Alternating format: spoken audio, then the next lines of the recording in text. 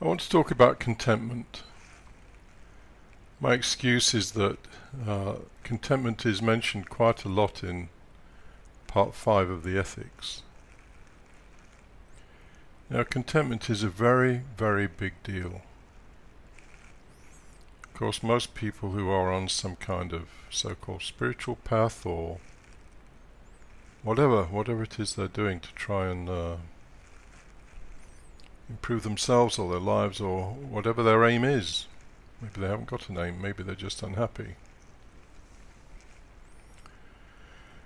But, people go seeking after cosmic consciousness, the void, liberation, moksha.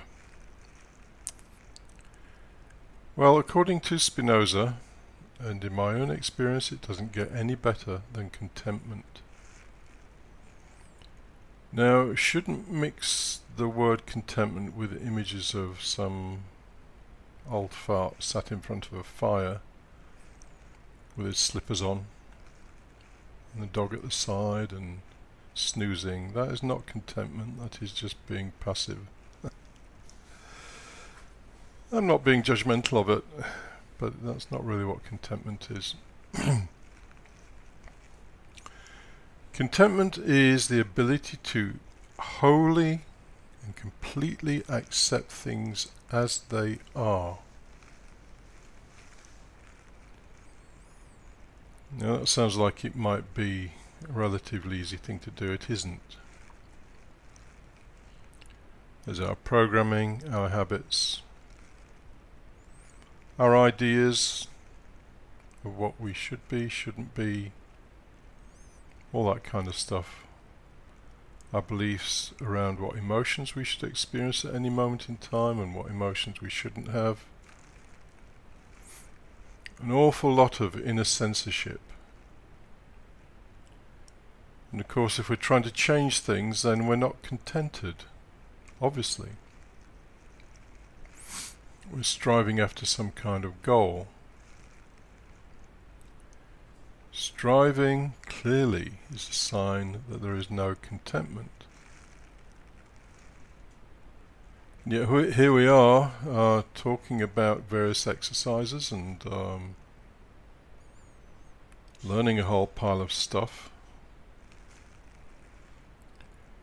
And yet, the end result, hopefully, is that we achieve some kind of contentment. So let me tell you a story and something I was told. I was involved with the London Gurdjieff group. This used to involve a 5 or 6 hour journey for me because of the nature of the traffic in London. Anyway, I used to go, and one particular week, it was a Saturday morning, I remember it quite well, I just suddenly felt contented. It was a strange feeling. I don't think I'd ever felt it before. Because satisfying a desire is not contentment. Contentment is a conscious thing. It's simply the ability within yourself to accept things wholly and truly as they are. That is how Rodney Collin, an acolyte of P.D. Uspensky, defined not self-remembering, but self-observation. To be able to truly and wholly accept things as they are. So maybe you are angry, to be able to wholly and completely accept that. And I've got a picture here of not a tornado, a hurricane. And contentment for me was, well, it was once explained to me as being able to sit in the middle of the hurricane, in the still place. The hurricane's still going on, and there may be total mayhem around you. Your inner state, your emotions may be in turmoil. But that doesn't matter. all that matters is that you can accept it all with no resistance.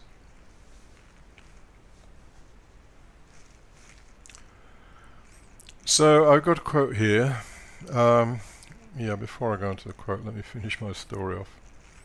So I'd experienced this, it was actually a couple of hours. I was astonished at the way that I felt. And the following meeting, I just happened to mention this.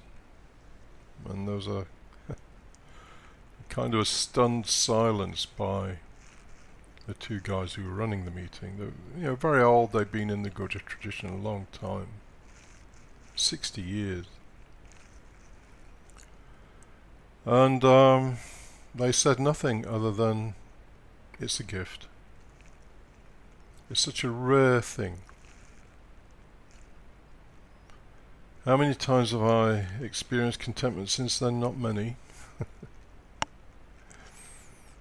Although they become more frequent. And I got a quote here from Spinoza. In fact, it's the very last proposition in part 5 of the Ethics.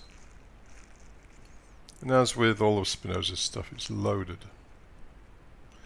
So, the ignorant man. Well, the ignorant man, who's the ignorant man? The ignorant man is the man who doesn't understand himself, the world, and existence, or God.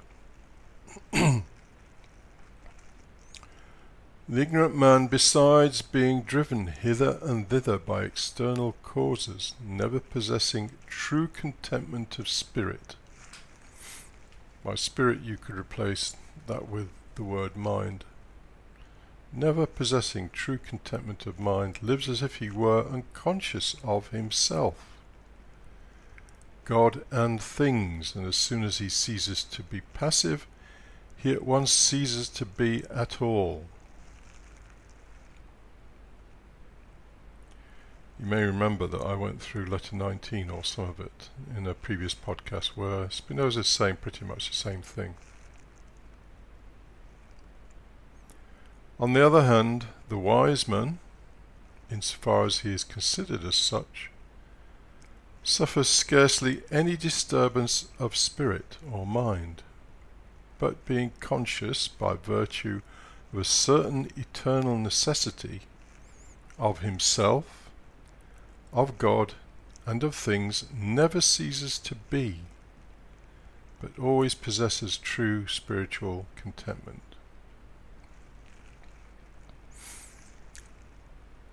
Somewhere earlier in part 5, Spinoza says that blessedness is contentment. Well, of course, trying to achieve contentment is an oxymoron. If you're trying to achieve, you're not content, obviously. And in fact, once the feeling of contentment had left me that time, I became incredibly discontented with the fact that I was no longer feeling content. So this is tricky stuff. But the key to it is to be able to accept how you are feeling, what you are doing. The machine is the machine. Your only requirement really is to understand it and observe it. So we come to understand how our machine works. And most of all, we need to understand how we judge it, and to be aware of that judgment and the desire to change things. Now, I'm not talking about trivial things. You know, if you sit on a something that's sharp, then clearly you're going to get up and move it. But if you're feeling unhappy for some reason, then you can't just remove that.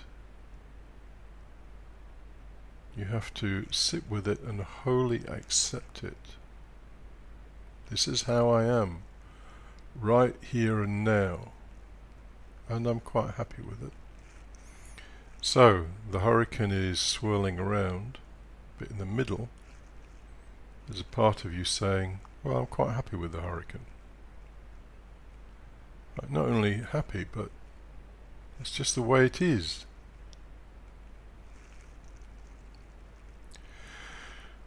So, the aim of all of Spinoza's work, and in fact the aim of all work in truth, is contentment. If you just think about the word and the meaning of the word, it means that there is no more striving.